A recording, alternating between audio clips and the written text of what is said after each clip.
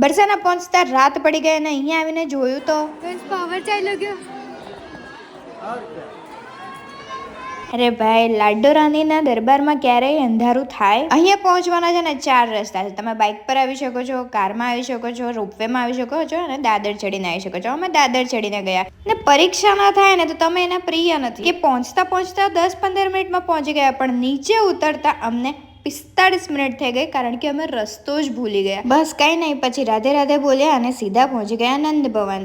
આ નંદ ભવન નંદ બાબાએ વસાવ્યો હતો. નંદ બાબા કોણ હતા એ મને કોમેન્ટ સેક્શનમાં જણાવજો. અને સવારથી થોડું ઘણું જ ખાધું હતું એટલે ભૂખ લાગી ગઈ અને અહીંયા આવીને પાણીપુરી મળી ગઈ. By the way, this is બિના લસણ પ્યાજ. ઓકે, એટલે અહીંયા આવો ને તો યાદ રાખજો કે નંદગામ વગર છે ને તમારી યાત્રા અધૂરી છે. ત્યાર પછી વૃંદાવન જઈને જમી લીધું. જેને આલુ પરોઠો ખાવો હોય એ આલુ પરોઠો ખાય, જેને દાલ ચાવલ ખાવા હોય એ ખાય અને જેને નહીં ખાવું એના માટે ખાલી ડીશ.